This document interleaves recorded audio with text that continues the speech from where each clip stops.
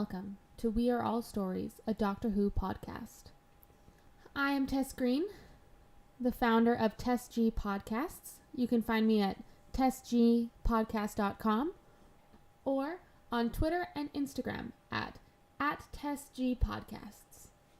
Today we are going to go over Series 1, Episode 1, Rose. Originally, it was called Rose Meets the Doctor and the Journey Begins, and then it got shortened to Rose Meets the Doctor, and now it is just simply Rose. Straight and to the point, which is lovely. It is directed by Keith Boak, written by Russell T. Davies, starring Billie Piper and Christopher Eccleston, and the original air date was March 26, 2005. Watching this episode again, it just brought back so many memories and so many feels. The way it just begins is just, it's such a good strong start to the series and kind of a restart. They are remembering all the history and they'll bring back a bunch of the monsters and they'll bring back a bunch of things. It is rectifying with the past, but also starting anew, starting afresh. So I really like the way they started. There's a few things I love about this episode, so I'm just going to briefly say a couple things I love, and I want you guys to keep a sharp eye on. I love the lighting. There's something about the lighting in this episode. It is just so beautiful. Everything is lit incredibly well. That's all I can say. It's just lit incredibly well. There's the bright street, there's the deep dark blues, and there's the oranges and reds. They just used all their colors in lighting, and it just looks beautiful. It was just a greatly lit episode. Also, I love the music. The score to this episode is epic. They did such a beautiful job with it, and I am very impressed with what they did. It is so beautiful, and I could just listen to the score all day. Those are my kind of two overall points for this episode. I will now move into the beat by beat breakdown. So going through each episode, what kind of happened, what I've noticed, fun facts that I've learned about that part of the episode if there are any, and any questions I come across. Also, guys, I want to hear your feedback. I want to hear everything you have to say. You are so intelligent, and you probably have way more thoughts than just my thoughts. So it's always good to have different views. And so if you guys want to comment or tweet or Facebook, whatever you want, you can hashtag WAASTGP, which stands for We Are All Stories, Tess G Podcasts. I know these hashtags are always a little ridiculous, but I wanted to make sure that we had one so I could check all the remarks you guys have. So please, please, please, please, Instagram, Facebook, tweet. I want to hear it all. I want to see it all. And I love your feedback. Feel free to reach out to me any way you want. You can go to my website. It is tessgpodcasts.com. And there you can send me an email. You can do whatever you wish. I want to hear from you. Your guys' feedback is so important to me. I just want to make sure that I get everything you guys want out of these episodes. So I want to make sure that what I do is what you want. And anything that I can do. So, yeah. Let's get started on the beat by beat. Alright, so the beginning of the episode starts out with the credits. I think they did this because it's been a little bit since Doctor Who started, and they wanted to remind everyone what was happening. So they wanted to remind them about the Doctor, about the TARDIS, just bring back all those memories, all those feelings that you had when you watched it before. So it is kind of a regeneration of the show. It is trying to reinstill those feelings that you had and bring that all back. So that's why I believe they started with the credits, which I think is a really good way to start the episode since it's been a little while since they've had an episode. So to me, that makes sense. I love then how it moves from the credits to space. So you're seeing the Earth from the outside, from space, and it looks really cool, and you're like, okay, this is going to start off in space. This is kind of cool. And then the music gets a little bit louder, and it goes right into England, so it just zooms in from outer space into England. So it is kind of an interesting, you're like, oh wait, we're not starting in space, we're going to start in England, and then we wake up at 7:30 a.m. with Rose. We don't have her name yet, but that is how it starts. So she's in her bed and she awakens which is really an interesting way to start it. It is no longer, or the way that they position this episode is not an episode about the Doctor. It's an episode about Rose. Who is Rose? Who is this girl? What is going on with her life? Why is she important? So we're starting with her point of view, and I really like how they do this. They want to make the viewer connect with Rose Tyler, and I really do enjoy this. I think that also it is really interesting the way that they position Rose in the beginning of the episode, because I feel it is very different from the Rose she gets once she meets the Doctor. The Rose in the beginning, and even before she meets the Doctor, like this little intro session where it's almost like a happy montage of her day, which is kind of what it is. That Rose is very different from the Rose we get when the music stops and they move out of that montage. In this montage, she's very happy, living the everyday, says goodbye to her mom, heads to work, heads to hang out with her boyfriend. Like, it's a very clear, happy day. And they do this with this kind of happy music that just kind of speeds up her day into a short period of time. It's her every day. Rose is the every woman. And the every person, not even just the every woman. It is just, she's a regular person, a regular earthling. And that is how we are supposed to jump into this episode. So it is very interesting to see them do that. Again, I will point out the music and how awesome it is. And also how awesome it is because when she steps down and stops the elevator stops. And that last bing, the music stops. And it's just such a good moment to show almost like pre-Doctor life. That is who Rose was, the pre-Doctor. And the person she is after that elevator beeps is completely different. I do believe that the person that they try to make her was the every person. But the moment she steps out of that elevator, she is now Rose Tyler. She is that woman we admire and we've watched seasons of. And she's just super awesome. So I really love that portrayal of Rose and how she grows, even in the first 5 minutes of the episode. And the music is fantastic. And also the lighting. It's so happy in the beginning and then it just suddenly kind of changes. One little question. Do department stores really have that many half-dressed mannequins in the basement? That is something I don't know. And I was looking at that. I'm like, I wonder if that's true. It seems kind of suspect to me. I feel like that's a lot of half-dressed mannequins. And wouldn't they just be naked mannequins? Obviously, they didn't want them to be naked as they're wandering around. They are actors, but still. That I found really funny. Another thing I want to mention, and the main reason that Rose feels like she changed for me from being the every woman in the beginning to this Rose Tyler one and only, is her bravery. So Rose, the moment she steps out of the elevator, she's a little nervous, she's scared, she's going into a creepy basement that she's been into before, so there's a couple times she's fine when she's trying to find the electrician.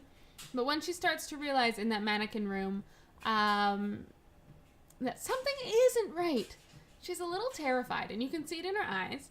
And her behavior. I feel like Billie Piper does an excellent job at that beginning scene of being kind of lost. But she doesn't escape.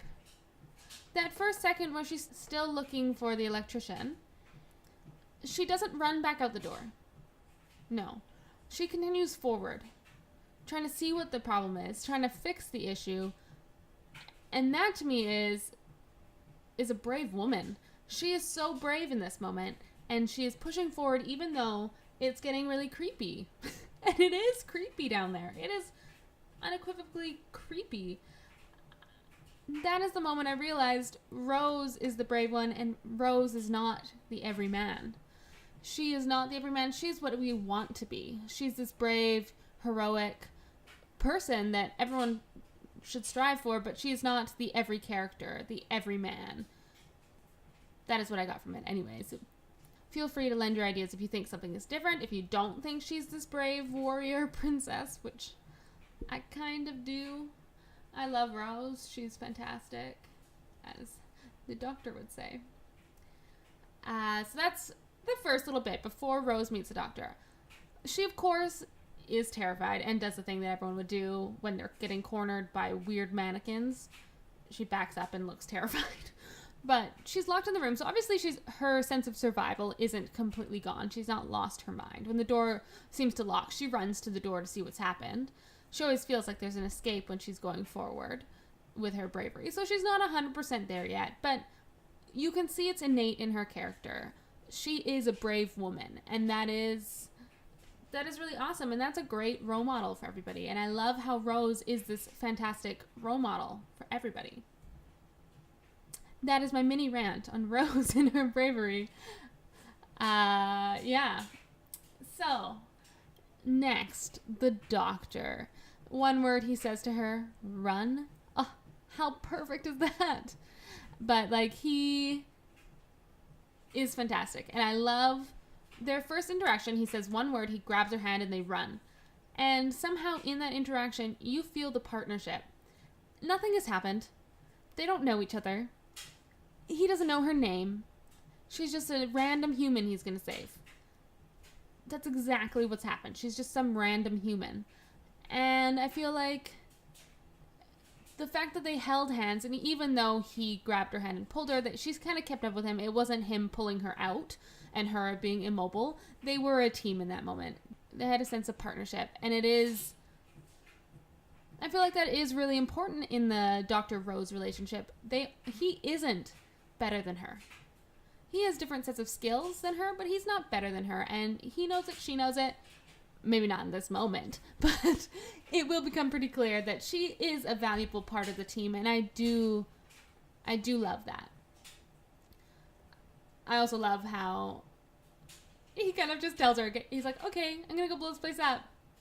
Goodbye. She's like, wait, what? And she's supposed to just go back to her regular life. She's supposed to go back to that happy little montage in the beginning, but she can't. Her life has been irrevocably changed, and she can no longer be that Rose Tyler that she was before with her boyfriend and her casual life. And I really do believe that moment he grabbed her hand and she agreed to go with him on this journey, her life has changed. And it doesn't show as much right now. Right now it's still the beginning. It could go back. It could be changed again. But I don't think that she had any chance of it. I feel like the moment she looked into his eyes and she grabbed his hand, I think that she was hooked. She is confused and doesn't know what's going on, but it's nagging at her. She can't go back. And I love that. She's just addicted to adventure, which would be the most fun. So Doctor, if you exist, you can come grab me anytime and I will explore time and space with you. Just so you know, if you were confused. The next part is when Rose comes home. She just saw the store explode, which to anybody would be shocking. You were just in there and the store explodes. So that's pretty terrifying. And she gets home and then you kind of fast forward. You see her mom on the phone telling her aunt, her cousin, everybody about what happened, how she should get compensation, blah, blah, blah. We all know Jackie's a little bit of a gossip. So that's kind of what is happening. Mickey then comes in, freaked out that she's died in the store explosion, which is playing on the TV. But Rose says she's fine, everything's good. She's kind of shaken up, but you can tell that she's trying to deal with it. Mickey wants to go see a game at the pub, and she lets him go. So then that is kind of the end of the day. It's just kind of a little bit of a tidy up after what happened, how the real world reacts. And you can kind of see Rose could slip back into the character. This is them trying to push you like, oh, she's going to just be back to normal. Everything's going to be just as it was. And then it's kind of that's reiterated as well with the alarm clock. Right after that scene, after Mickey leaves, she's sitting on the couch. You wake up to the 7:30 a.m. alarm clock again. You feel like the day's been restarted. Maybe it was a dream. Maybe none of it happened. What are all these things? You're kind of left with this questioning nature. Why is this alarm happening again? Why? I think it is to trick you, as it were, to make you think that it could have been a dream. But you are quickly reminded that it's not when Jackie yells from the other room, you don't have to get up, you don't have a job anymore, kind of thing. So it is Rose realizing it wasn't a dream. This was reality. This just happened. What happened? I don't know, but it just happened. This guy, he was so weird, I don't understand. And she wakes up and she goes and she hears the doctor by the door. She lets him in. Kind of a funny moment when they're looking through the cat flap. That was closed up and then now not. What was it, the doctor who opened it? Who knows? And then the doctor comes in and she kind of grabs him and makes him come in, which is very fantastic. She has her own will, her own gumption. She is not going to let this situation go without her dealing with it. She's going to deal with it. She's going to find out what happened. She's going to figure it all out. So it is very interesting to see Rose behave like that. It is very awesome and shows power and control of the situation even when she feels out of control, which I love. And then the next part I also love is not Jackie hitting on the doctor. That's expected. I love his reaction to that, by the way. He's like, no. And he leaves, which is fantastic because Jackie's attractive. It's not expected that could happen. But his reaction to their apartment, it took me a couple times watching it before I really saw how awesome that apartment is. There's like wallpaper with like paint stripes on it, different color paint. It's just an awesome apartment. And he's picking through all of her stuff and looking through everything, and it's great. I love it. Also, he makes a mention about his face, how he's never really seen it. He's like, oh, this isn't bad. Does that mean he hasn't looked in a mirror since he changed? Did he just change? Apparently not, because when Rose goes visits that conspiracy theorist guy, the doctor's been around. So he just hasn't ever looked in a mirror, which I found kind of interesting and doesn't really work, so I kind of ignore it. That's just let it go sometimes. But that was very interesting. I love his interaction with that apartment. There's just something so good about it. And I also love the play with the arm. I know it's kind of funny how Mickey did it yesterday as a joke, and then obviously today it is really choking him, and she doesn't see it until she gets it on her face. And I am in the scene, and I do understand it, but I can't help it, but I always think about how much fun that would be to act. Act like this arm is cutting off your circulation, or act like it's choking you, or it's suffocating you. Wouldn't that be the funnest thing to do? That's all I can think of in that scene. Like they're holding it and pretending like it's attacking them. I know. It just takes me out. But it's just funny. I can't help it. But I do love that. And then we move in, so the doctor leaves, because he just keeps leaving. Even though Rose tries to chase him, he doesn't let that happen. Anyway, he disappears, goes to the TARDIS. She's all confused. She goes back home, still confused. But now she's back on track. She's no longer going to let it go. There was a split second maybe she could have, but we all know she couldn't.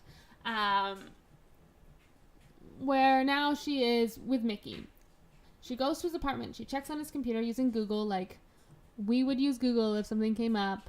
I don't think Google was her actual search engine, but the same thought applies. That's what we would do. If something weird happened, where would we go?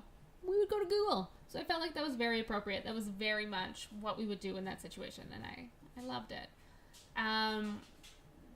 She goes and she finds this guy after typing in the doctor blue box, which is great.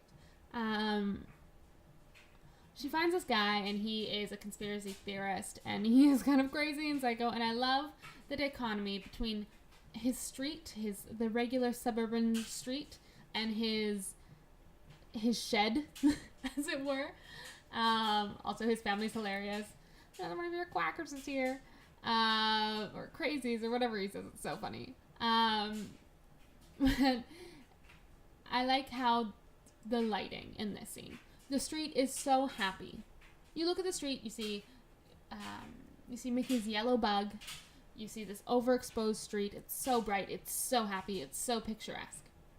Then you go inside to this shed of all these secrets of the doctor, which she doesn't believe, but happen to be true.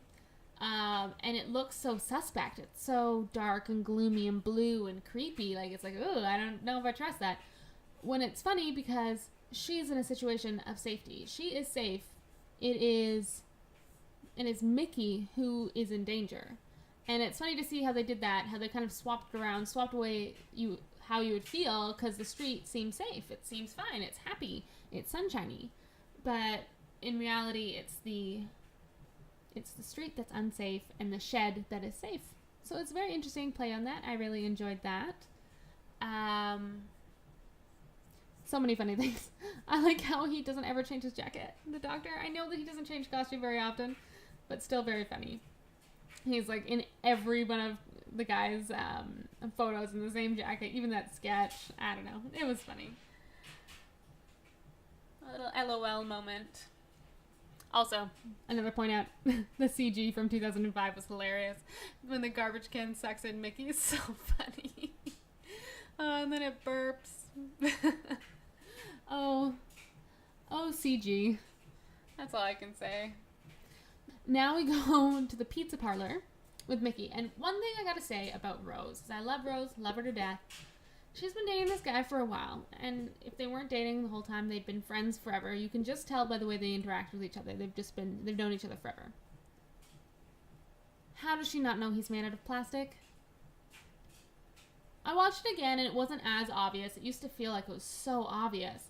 And now just a little bit of makeup. But like, he doesn't act like himself. He's being funny. I know she's preoccupied, but she's supposed to be with this guy. And it makes me really think that their relationship isn't very strong because she doesn't notice. I mean, thankfully at the pizza parlor, she finally noticed when he starts to repeat his word and she gets really confused. But there's so many red flags. I know you don't assume your boyfriend's taken over by plastic, but like, you've seen a few weird things in the past couple days. You should really be suspicious of a lot more than you are. So that's the one thing I don't like. I don't like how Rose doesn't notice that he is plastic. It's one thing I don't like. But I do like how the doctor saves her. They don't get any pizza, which is kind of sad. I like how the doctor opens the TARDIS with a key. That's interesting. We don't see... We know there's a TARDIS key. We know it opens. But he eventually just opens it with a snap, I think. So it's very interesting to see him actually physically put the key in the door and unlock it. I think it was one of their choices in the beginning and then realized it took too long. But it was nice for a second that they did that. Also, love the TARDIS freak out. Always a good one. It's smaller on the outside. Oh, TARDIS. Everyone always gets surprised. I do enjoy that. I enjoyed that Rose seems to be shocked for a little bit, but does quickly get over it. I like how she's the emotions in the relationship. It shows that the doctor's a little bit lacking. He is so busy and does things on such a huge scale that sometimes he doesn't understand the feeling and the emotions of others because he's saving the world. He's not saving 5 people. Later on, as the doctor evolves and grows, he kind of remembers. He slips in and out of it, of remembering about the individual. But this is a moment where he kind of forgot about an individual, which is obviously Mickey. But I like how Rose keeps bringing him back to that. Like, you keep forgetting him. You forget he exists. How can you do that? How can you be like this? And I really do like that. I like how she brings him back to the individual. Brings him back to his emotions. Gets him to connect with that side. It's an important part, and I do think she helps the doctor grow as much as he helps her grow. And I really enjoy that between the two of them. We then move to the Eye of London, which is nice. Nice little shout out to London being awesome. I have been on the Eye of London. It was fun and terrifying because you're in a big glass ball, kind of. And it's kind of scary, and I'm scared of heights, which I didn't know, I think, until I went into the Eye of London. So, anyhow, I do like how they use it. It's good to use what you have and incorporate it into the story, right? So it's an easy landmark that mostly everybody knows about. Also, like the coloring of the underground, the nesting consciousness. I like that, the layer of the nesting consciousness. It's kind of funny looking. It's like a big blob of fiery stuff. So it's interesting. Mickey is terrified. And in this moment, Mickey makes me realize that we are not Rose. We are Mickey. We are that person literally shaking in fear on the floor. Like, that is who the audience is, not this brave Wonder Woman. We are the shivering ball of fear.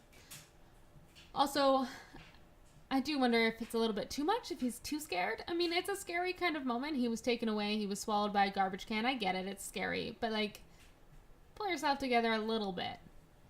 Just a little. Be a little less scared. Because the moment at the end when he's, like, hugging the TARDIS. Come on, Mickey. I don't know. Those little moments of that, I'm just not convinced by Mickey. From this part on, he gets really wimpy, and I don't know if they did that on purpose. He gets better in the series, but it takes him a while to get some guts. A while. Again, the music and the lighting, fantastic. Just fantastic. I'm just gonna casually mention this forever, I think, because first of all, this episode just did a great job with music and lighting, and then I think they'll often do it in the future as well. I like how they flash back to the mall, and the conspiracy theorist dies from the mannequins who shoot from their fingers, which is very funny. It's good pure panic. I love how Jackie's in the middle of it. I think that's appropriate. Keep her in the middle. And she kind of is also the everyman. I think she does a better job of it than Mickey. She's not as wimpy, but she is flighty and stuff, and I think that is actually a better reaction. I think it's a little bit more realistic than Mickey's pure fear is her fear and panic. I think more panic was needed from Mickey, less crying. I don't know if he actually cried, but it felt like crying to me. I like how Rose saves the day, of course. That's very unrealistic, but that's okay. She saves the day, which is fun. Well, to be fair, she saves the doctor. She doesn't save the day. The doctor ends up saving the day backwards, in a backwards way. But Rose does definitely help, and that is a good moment. It shows that she can rise above the situation, whereas Mickey doesn't seem to be able to. He seems to be very much panic mode, fear mode, where she seems to have her stuff together. It wouldn't be fun to watch them both crying on the ground. So it's good that she's brave. And then we see him drop them off. So Mickey gets out. He's crawling on the floor. Another situation where I don't really agree with Mickey. And then Rose gets out. She's clearly more composed. She's been on this journey a little bit longer with the doctor. She kind of knows how this is going. Just a little bit longer. She should still be very confused. And she is. He lets her know a little more every episode. But I like that moment where he asks, you can come along with me. And she's like, oh no, like, she's trying to be a good person. She's trying to take care of everybody. No, she can't really leave. She has too much going on. It doesn't really fit into her life. It's kind of like she does the right thing, but she doesn't do what she wants to do. And not even the right thing. She does what she thinks is right. What she feels like everyone expects from her versus what she really wants to do or what's right for her. She's choosing the safer path. And then he goes away, and you can see on her face that moment she regretted it. She's like, I'm never going to see him again. That's the end. And then he comes back and says it's a time machine, and she just runs into the TARDIS. I love that moment. The slow motion Rose run. It's so good. Also, it's a great moment to show that it's not really temptation. It's just she gives in to what she wanted to do from the beginning, but didn't feel like she was able to do. She didn't know that she could do that. She didn't know that she could go. She felt like she was going to be letting everyone down. But he said it's a time machine. She's like, oh great, I can come back to a minute from now. This is great.